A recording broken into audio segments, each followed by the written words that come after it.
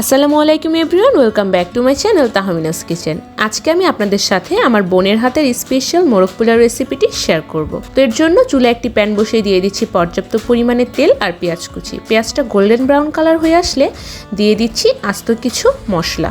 তারপর দিয়ে দিচ্ছি আদা বাটা। আদা বাটা দিয়ে মশলাটাকে একটু কষিয়ে নিচ্ছি। তারপর দিয়ে দিচ্ছি বাদাম বাটা। বাদাম বাটা দিয়েও মশলাটাকে খুব ভালো মতো কষিয়ে নিব, যাতে করে মশলা কাঁচা গন্ধটা না থাকে।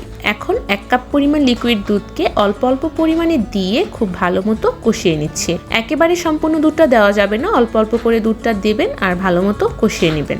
এভাবে করে কষিয়ে নিলে মশলা থেকে খুব সুন্দর একটা সুঘ্রাণ আসবে আর খেতে অনেক বেশি মজা হবে। তারপর দিয়ে দিচ্ছি পরিমাণ মতো লবণ, হলুদের গুঁড়া, শুকনো মরিচের গুঁড়া। আবার একটু কষিয়ে নিচ্ছি। আর যখনই দেখবেন তলানিতে একটু লেগে লেগে আসছে, তখনই লিকুইড দুধটা দিয়ে আবারও কষিয়ে নেবেন।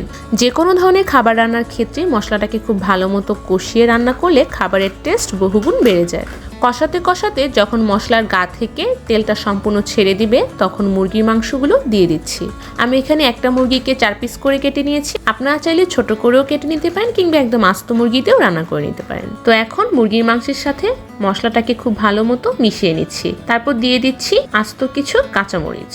তারপর আগে থেকে জাল করে নেওয়া 1/2 লিটার পরিমাণ দুধ দিয়ে দিচ্ছি। এই মাংসটা সম্পূর্ণ দুধের উপরই রান্না হবে।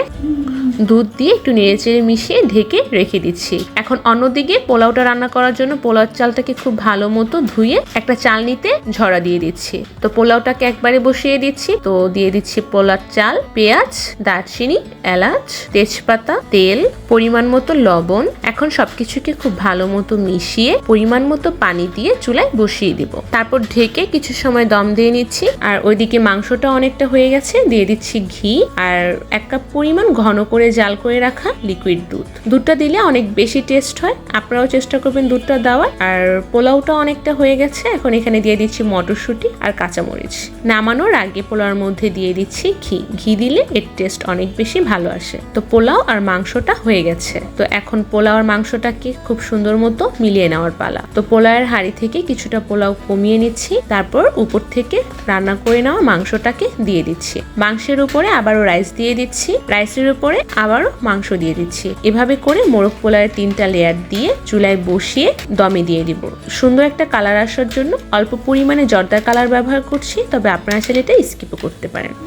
ঘরোয়া মশলা ব্যবহার করে এত মজার মোরগ পোলাও তৈরি করা যায়, আপনারা তৈরি না করলে বুঝতেই পারবেন না। তো একটা প্লেটে আমি মোরগ পোলাও নিয়ে নিচ্ছি, সাথে টিকিয়া আর সালাদ। আপনারাও চাইলে অতিথি আপ্যায়নে এই রেসিপিটা বাসায় ট্রাই করতে পারেন আর প্রশংসা নিতে পারেন।